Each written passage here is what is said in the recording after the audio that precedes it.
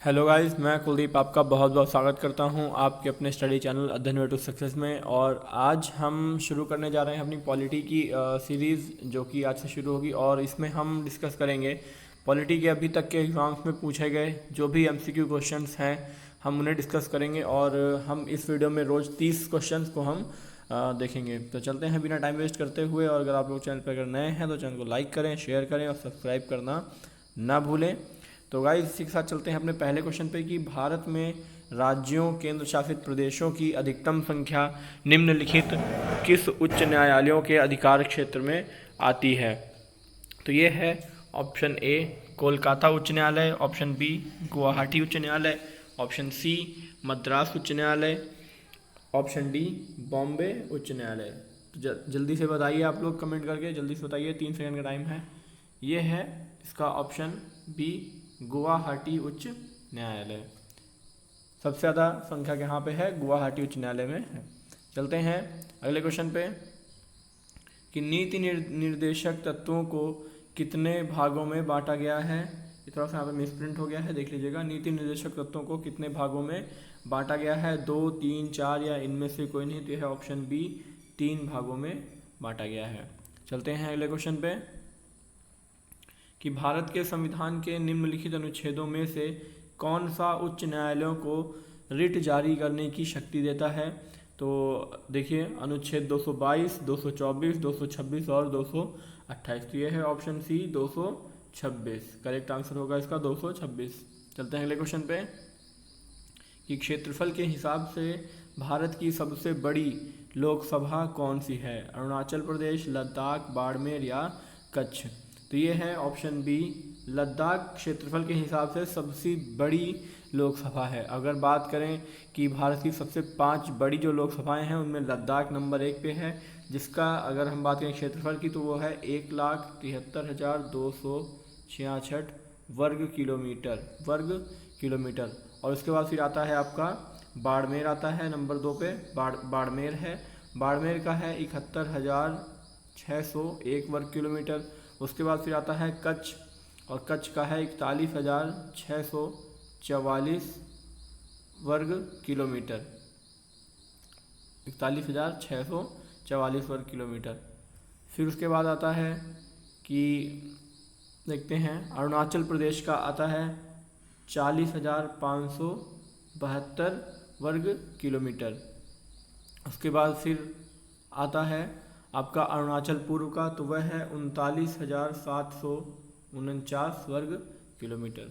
तो गाइज, ये तो कोई इम्पोर्टेंट ज़्यादा न्यूज़ नहीं थी कि कितना एरिया है, लेकिन फिर भी डिस्कस कर लिया। देख लेते हैं कि 5 ये हैं, पाँचों कौन कौन सी हैं। आपको एक बार फिर से देख लीजिए कि लद्दाख, बाड़मेर, कच्छ और अरुणाचल पश्चिम और अरुणाचल पूर्व। चलते हैं अगले क्वेश्चन पे कि उच्च न्यायालय ने निचली अदालत को अपने अधिकार क्षेत्र से अधिक होने से रोकने के लिए एक रिट जारी किया है, इसे क्या कहा जाता है। ऑप्शन ए उत्प्रेषण लेख, निषेधाज्ञा, बंदी प्रत्यक्षीकरण या इनमें से कोई नहीं। तो यह है ऑप्शन बी निषेधाज्ञा, इसे कहते हैं निषेधाज्ञा। अब चलते हैं अगले क्वेश्चन पे कि निम्न में से कौन सा पद मुख्यमंत्री संभालता है। ऑप्शन ए राज्य योजना बोर्ड का अध्यक्ष, ये भी संभालता है। राष्ट्रीय विकास परिषद का अध्यक्ष, ये भी संभालता है। राज्य सरकार का मुख्य प्रवक्ता भी होता है।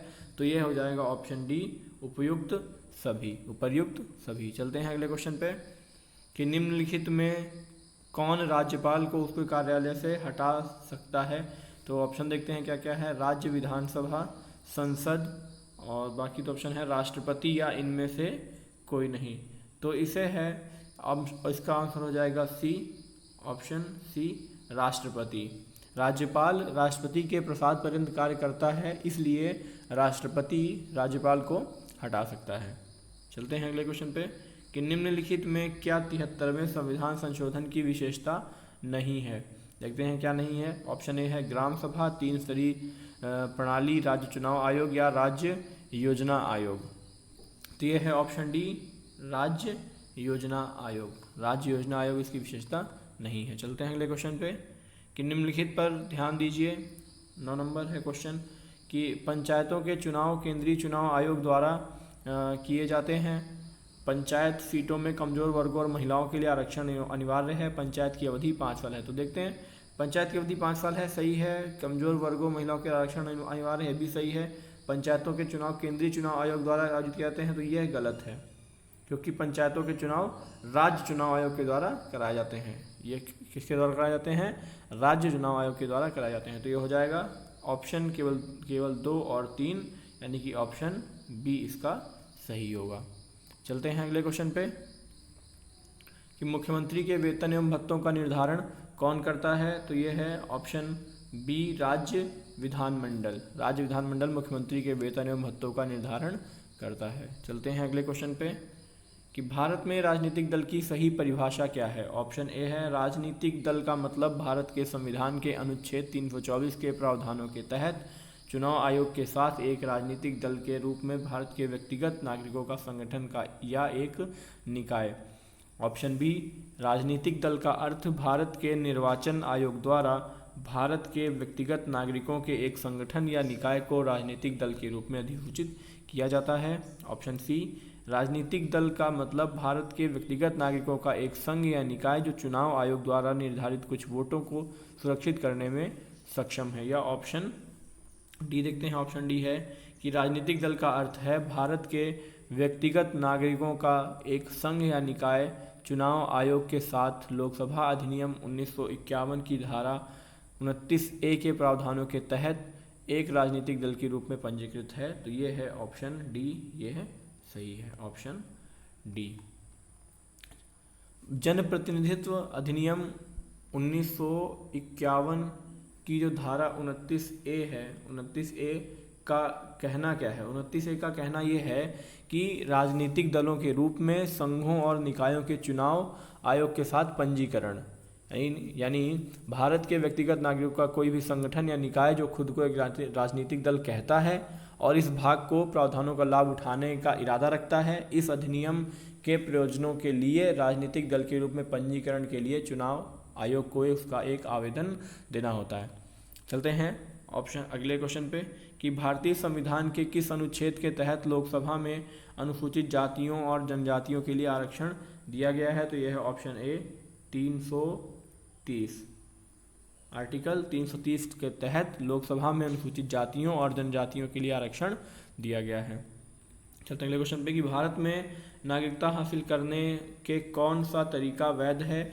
जन्म से, वंश के आधार पर, क्षेत्र समाविष्टि द्वारा या उपर्युक्त सभी? तो यह है ऑप्शन डी, उपर्युक्त सभी के द्वारा। चलते हैं अगले क्वेश्चन पे कि निम्नलिखित कार्यकर्ताओं अधिकारियों को प्राथमिकता के अपने संबंधित क्रम में व्यवस्थित करें। ये है नंबर 1, राज्यों के गवर्नर्स अपने संबंधित राज्यों में, प्रमुख राष्ट्रपतियों, उप प्रधानमंत्री, राज्यसभा और लोकसभा में केंद्रीय पक्ष के नेताओं के मंत्रिमंडल मंत्री। तो ये है इसका आंसर हो जाएगा 1, 2, 3। चलते हैं अगले क्वेश्चन पे कि भारत में हज कमेटी के बारे में निम्नलिखित कथनों पर ध्यान दीजिए। कथन नंबर 1 है कि संसद के 3 मुस्लिम सदस्यों को भारत की हज समिति के सदस्य के रूप में नामांकित किया जाता है सॉरी गाइस। और एक मंत्री भारत की हज समिति का अध्यक्ष नहीं हो सकता। केंद्र सरकार को भारत की हज समिति के अध्यक्ष नियुक्त करने का अधिकार है। इनमें से कौन सा कथन सही है? केवल 1 और 2, केवल 2 और 3, केवल 1, 2 और 3, या इनमें से कोई नहीं? तो ये हो जाएगा ऑप्शन 3, तीनों, यानी कि 1, 2 और 3 तीनों इसमें सही हैं। चलते हैं अगले क्वेश्चन पे कि निम्नलिखित में कौन यह निर्णय करता है कि राज्य में विधान परिषद होनी चाहिए या नहीं? तो यह करता है विधानसभा। विधानसभा निर्णय करती है कि विधान परिषद होना चाहिए या नहीं, और इसका निर्णय विधानसभा द्वारा ही किया जाता है। चलते हैं अगले क्वेश्चन पे कि इनमें से कौन सा कथन सही नहीं है? राज्य के नीति सिद्धांत के अनुसार समान कार्य के लिए समान वेतन और यह आर्थिक क्षमता एवं विकास के भीतर हो। ऑप्शन बी, कार्य के अधिकार प्राप्त करने के लिए प्रभावी व्यवस्था करना, ये प्रभावी लिखना था, ये गलत हो गया है, प्रभावी व्यवस्था करना, बेरोजगार के मामले में शिक्षा एवं सार्वजनिक सहायता, कार्य की समान स्थितियों, जीवन और उद्योगों में सहभागिता करने का प्रयास ना करना। तो कौन सा कथन सही नहीं है? तो ये हो जाएगा ऑप्शन डी। चलते हैं अगले क्वेश्चन पे कि अंडमान निकोबार द्वीप समूह का न्यायिक क्षेत्र किस न्यायालय की देखरेख में आता है। ऑप्शन देखते हैं क्या क्या है। पोर्ट ब्लेयर में बम्बई हाई कोर्ट की सर्किट बेंच, और पोर्ट ब्लेयर में कलकत्ता हाई कोर्ट की सर्किट बेंच, पोर्ट ब्लेयर में मद्रास हाई कोर्ट की सर्किट बेंच, या पोर्ट ब्लेयर में सुप्रीम कोर्ट हाई कोर्ट की सर्किट बेंच। तो ये हो जाएगा पोर्ट ब्लेयर में कलकत्ता हाई कोर्ट की सर्किट बेंच, ये होता है इसका, इसकी देखरेख में यह आता है। चलते हैं अगले क्वेश्चन पे कि बीजी वर्गीज समिति 1977 में किससे संबंधित है। ऑप्शन ए दल बदल विरोध, प्रसार भारती अधिनियम, पंचायती राज अधिनियम, या केंद्र राज्य संबंध। तो यह है ऑप्शन बी प्रसार भारती अधिनियम, प्रसार भारती अधिनियम। चलते हैं अगले क्वेश्चन पे कि निम्न में से कौन सा कथन नीति निर्देशक तत्वों के बारे में सही है। ऑप्शन ए इन्हें नैतिक एवं राजनीतिक मान्यता प्राप्त नहीं है, इनकी प्रकृति समाजवादी है, ये स्वतः लागू हो जाते हैं, या इन्हें कानूनी रूप से न्यायालय द्वारा लागू कराया जा सकता है। तो ये है ऑप्शन बी इनकी प्रकृति समाजवादी है। चलते हैं, क्योंकि इन्हें नैतिक एवं राजनीतिक मान्यता प्राप्त नहीं है और ये स्वतः लागू नहीं होते हैं और इन्हें कानूनी रूप से न्यायालय द्वारा लागू नहीं कराया जा सकता। ठीक है, चलते हैं अगले क्वेश्चन पे कि निम्नलिखित में से कौन सा भारत के सुप्रीम कोर्ट के सलाहकार क्षेत्राधिकार का सही निहितार्थ है। ऑप्शन ए यह मांग पर भारत के राष्ट्रपति को सलाह देता है, यह कानूनी मामलों पर भारत के प्रधानमंत्री को सलाह देता है, यह सभी संवैधानिक मामलों पर भारत सरकार को सलाह देता है, उपरोक्त सभी। तो ये है, इसका करेक्ट आंसर हो जाएगा ऑप्शन ए, यह मांग पर केवल भारत के राष्ट्रपति को सलाह देता है। चलते हैं अगले क्वेश्चन पे कि भारत में राष्ट्रपति वित्तीय आपातकाल कब लगा सकता है। ऑप्शन देखते हैं कि अगर उसे लगता है कि वित्तीय स्थिरता का खतरा है, सरकारी व्यवसाय करने के असाधारण खर्चों को पूरा करने के लिए, यदि मंत्रिपरिषद को CAG से रिपोर्ट मिलती है और इसकी सिफारिश की जाती है, या राज्य बहुमत से सिफारिश करते हैं। तो ये है ऑप्शन ए हो जाएगा कि अगर उसे लगता है, यानी उसे किसी राष्ट्रपति को लगता है कि वित्तीय स्थिरता का खतरा है तो वह लगा सकता है। और किस आर्टिकल के उस पर लगा सकता है, तो ये है अनुच्छेद 360 में इसका प्रावधान किया गया है और लिखा है कि जब राष्ट्रपति को लगता है कि देश में वित्तीय स्थायित्व को खतरा है तो यह वित्तीय आपातकाल लगा सकता है, और अभी तक भारत में एक भी बार वित्तीय आपातकाल नहीं लगा है। चलते हैं अगले क्वेश्चन पे कि निम्न में से कौन सुमेलित नहीं है। ऑप्शन ए समता का अधिकार अनुच्छेद 14 से 18, शोषण के विरुद्ध अधिकार अनुच्छेद 20 से 22, धार्मिक स्वतंत्रता का अधिकार अनुच्छेद 25 से 28, सांस्कृतिक व शिक्षा का अधिकार अनुच्छेद 29 व 30। तो ये है ऑप्शन बी शिक्षा शोषण के विरुद्ध अधिकार अनुच्छेद 20 और 22। चलते हैं अगले क्वेश्चन पे कि 14 सितंबर 1949 देश के संविधान निर्माताओं ने हिंदी को डैश स्थिति प्रदान करने का फैसला किया। तो ये है भारत की राष्ट्रीय भाषा, भारत की आधिकारिक भाषा, या संघ की आधिकारिक भाषा, या संघ की राष्ट्रीय भाषा। तो ये है संघ की आधिकारिक भाषा, संघ की आधिकारिक भाषा प्रदान करने का फैसला किया था। चलते हैं अगले क्वेश्चन पे कि सीमा प्रबंधन विभाग किस मंत्रालय के अंतर्गत विभाग है। सीमा प्रबंधन विभाग किस मंत्रालय के अंतर्गत विभाग है। ऑप्शन ए रक्षा विभाग, गृह मंत्रालय, विदेश मंत्रालय, सड़क परिवहन मंत्रालय। तो ये है ऑप्शन बी गृह मंत्रालय, गृह मंत्रालय के अंतर्गत आता है। चलते हैं अगले क्वेश्चन पे कि महात्मा गांधी नरेगा भारत सरकार द्वारा संविधान के निम्नलिखित में किन प्रावधानों को ध्यान में रखते हुए शुरू किया गया था। ऑप्शन ए है मौलिक अधिकार, मौलिक कर्तव्य, नीति निर्देशक सिद्धांत, या उपरोक्त सभी। तो ये है उपरोक्त सभी को ध्यान में रखते हुए किया गया था।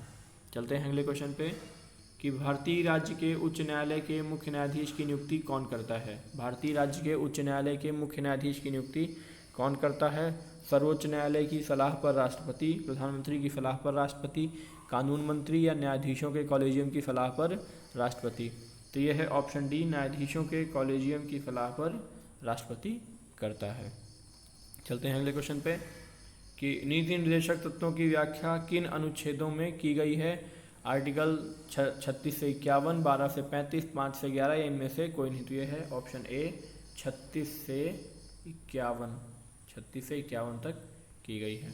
चलते हैं अगले क्वेश्चन पे कि दिल्ली को एनसीटी संविधान के किस संशोधन से बना है। तो यह है 63वां, 69वां, 74वां या 76वां। तो ये है 69वां संशोधन। और इसका कब हुआ था? ये 1991 में हुआ था। 69वां संविधान संशोधन हुआ था 1991 में हुआ था, जिसके अंतर्गत दिल्ली को विशेष केंद्र शासित प्रदेश का दर्जा दिया गया था। और इसकी स्थापना कब हुई थी? 1 फरवरी 1992 को पूर्ण हुई थी। चलते हैं अगले क्वेश्चन पे, अपने आखिरी क्वेश्चन पे कि राज्य विधानसभा में सदस्यों की न्यूनतम संख्या कितनी हो सकती है। ऑप्शन ए 40, 50, 60 या 30। तो यह है ऑप्शन सी 60 हो सकती है। राज्य विधानसभा में सदस्यों की न्यूनतम संख्या 60 हो सकती है।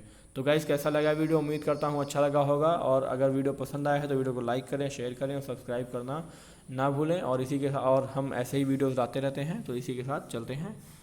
Thank you guys.